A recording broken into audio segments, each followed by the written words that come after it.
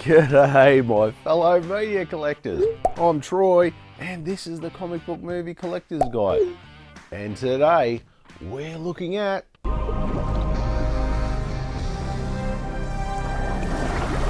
Aquaman is a live-action superhero movie that was produced by Warner Brothers Pictures, DC Entertainment and DC Films. The movie was released into theatres on the 21st of December 2018. Aquaman also became the highest grossing and the first film in the DC Extended Universe to earn over $1 billion, earning a total of $1.48 billion worldwide at the box office. This movie has a runtime of 143 minutes. It was released on DVD, Blu-ray and 4K HD on the 19th of March 2019. And it was distributed by Warner Brothers Home Video. In this movie, we follow Arthur Curry, the half-human, half-Atlantean son of a lighthouse keeper and exiled Atlantean queen, Atlanta, who is reluctant to step forward and claim his destiny as the ruler of Atlantis. But his half-brother Orm seeks to unite the underwater kingdoms and wage war on the surface world, which ends up forcing Arthur, with the help of Mera, a warrior princess, to embark on a quest to find the legendary Trident of Atlan, the key to proving his legitimacy to the throne of Atlantis. Along the way, he battles enemies, uncovers family secrets, and faces both external and internal challenges, ultimately embracing his heritage to confront Orm and stop his plans that could destroy both the surface world and Atlantis. The script for Aquaman is a very ambitious blend of mythology, superhero action, adventure, and humour that succeeds in creating an entertaining and visually rich superhero story for the DCEU. One thing the script does well is constructing a vivid and expansive underwater world, introducing viewers to the intricacies of Atlantis and its neighbouring kingdoms, exploring the societies, the politics, and the cultures, which enriches the larger narrative for the story. The film manages to strike a nice balance between serious moments and light-hearted humour, helping keep the tone accessible and entertaining for more of a wider audience than, say, your usual superhero fans that watch these movies. You mean one of the hopeless geeks?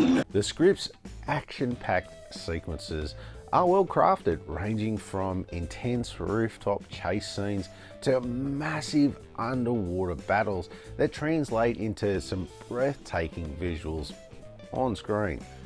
But while the script does a lot of things right, sometimes it struggles under the weight of trying to incorporate so many storylines, including, let's get this, Arthur's quest for the Trident of Atlan, his battles and struggles with his brother Orm, Black Manta's revenge plot, Atlanta's backstory, the political warring factions of Atlantis, and Arthur and Mera's budding romance. With so many subplots going on at once, it sometimes can feel a little crowded there, with the narrative feeling rushed and fragmented at times. And with so much going on, it also leads to some, shall we say, underdeveloped villains. Now look, don't get me wrong, Orm and Black Manta are compelling antagonists, but the script goes only surface level into their motivations, which is a shame, as both characters could have done with maybe a little more nuance and emotional weight to their backstories. While its complex plot and uneven pacing do present challenges for this film, the strong character arcs, engaging world building, the humour and the thrilling superhero action makes a solid foundation for what is ultimately an engaging and entertaining film that was successful for the DCEU. And for that, I'm going to give it a 26 out of 30. Now, this movie is based off the comic book of the same name from DC Comics, but there were some liberties taken with some of the source material. And of course, the first and foremost being the look of our hero himself, Aquaman, who looks, let's face it, nothing like his comic book inspiration. It's like he's a different person. Which, look, is not a bad thing. The look of Momoa gives the character a real cool edge that he never really had before, which is a great thing, as now no one really sees him as the version of Aquaman that was kind of like the butt of everyone's jokes. Aquaman sucks. Now, as far as his origin story goes, it is pretty much the same as the current one that is actually in the comic books as we know them now, which was originally written by Jeff Johns in the New 52 reboot back in about 2011, which was just a retooling of his origins from the 1960s Silver Age comics, with him as this half-human, half-Atlantean son of Tom Curry and Atlanta, who only discovers who he really is later on in life. I'm the king of kings. Now, I will bring up the cast here. And it's a very solid cast all around with some really great choices. So we'll start with our main star of the movie, Mr. Jason Momoa as Aquaman.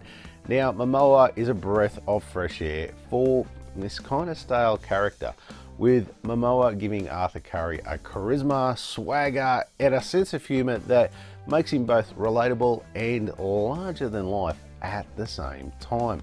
He really makes the character his own, that is for sure.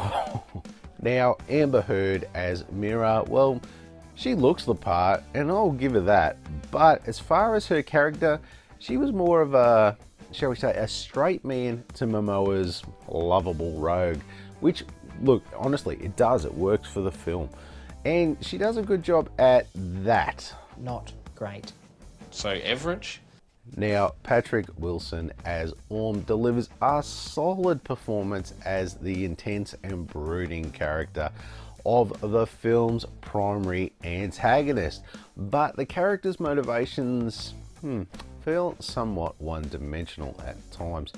Wilson does an excellent job of making Orm menacing, that's for sure, but there's just little depth to his character beyond his lust for power and revenge. And look, last but not least is Yahya Abdul Mateen II as a Black Manta. Now, while his role is somewhat, shall we say, a secondary antagonist to the main narrative, Abdul Mateen brings an intensity and menace to this character, with his performance being very compelling to say the least. To you wanting to watch and see what's going to happen, his portrayal leaves you this real lasting impact, making you want to see more of him on screen. And is he going to come back, and what's he going to do next? I'll be back. Look, in this area of the film, with the settings, the world building and the cast, they really excelled, that's for sure. And look, for that, I can only give it, yep, a 20 out of 20. So as we look at the disc in case, look at that. That is a great shot on the front there of that classic shot they used everywhere in promotions, and it's part of the trailer and film. Like, it is a classic shot, really lets you know what you're looking at straight off, and I do appreciate that. At the side, look at that nice big letters, it sort of stands out on your shelf. Look at the back, it's pretty stock standard, not a great deal, but it doesn't look too bad. I'm liking it so far. So what do you say we have a look at the disc, and of course we get let down as it is a very basic disc. Yeah, well, this is one of the mass-produced ones. It's not one of the special ones, you know, with the steel cases and all that sort of stuff. So this is pretty much your stock standard one you'll find anyway. Overall, I don't mind it.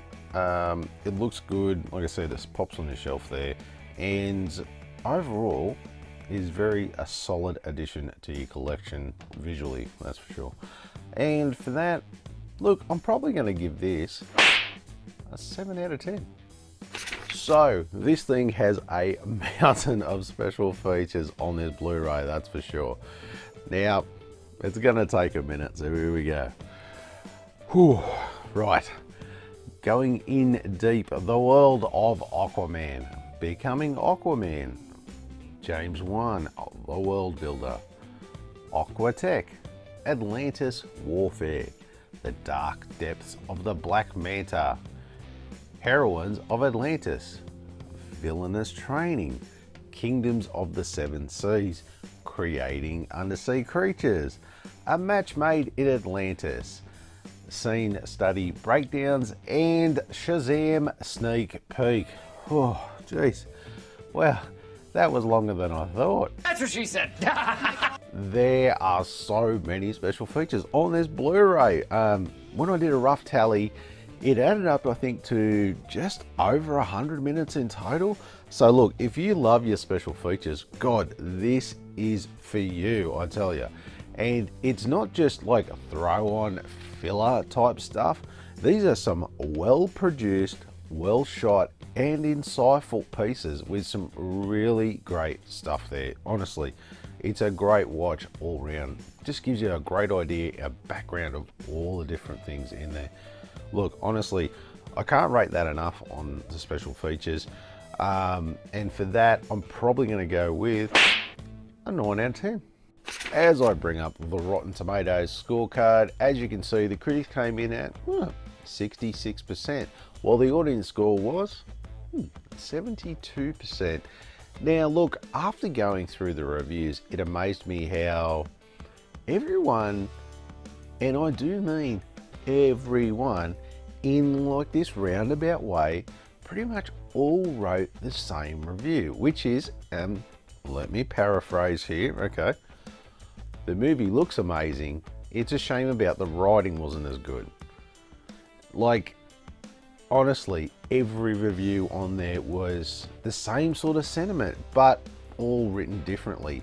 And look, I'm thinking the same thing myself, but I don't think the writing is as bad as a lot of these reviews say it is.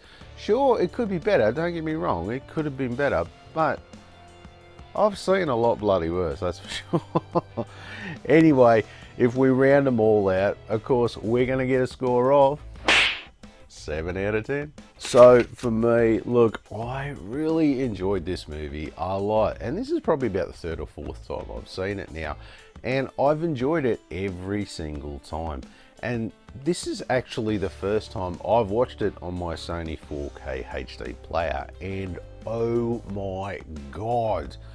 Even though I only have the Blu-ray copy, it looks amazing on screen. It looks like it must be getting upscaled for sure.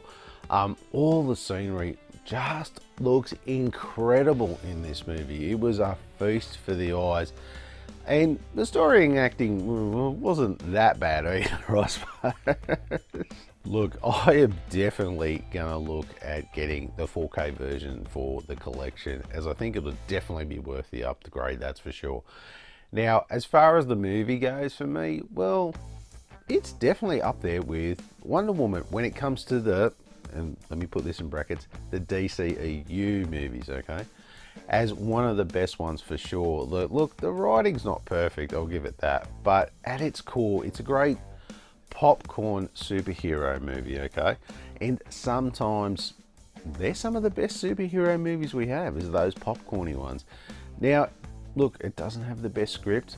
You know, sometimes it's what you see on screen that counts, with the great special effects and the epic battles, almost like a live action comic book.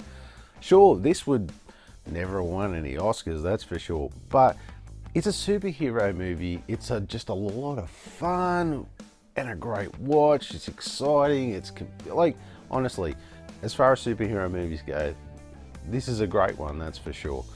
And for that, I'm going to go with, 18 out of 20. Okay, for availability, this one is definitely a 1 out of 5. My God, this thing is about as common as you're going to get. There is no shortage of DVDs, Blu-rays and 4Ks out there, so you will have no trouble finding the copy you need.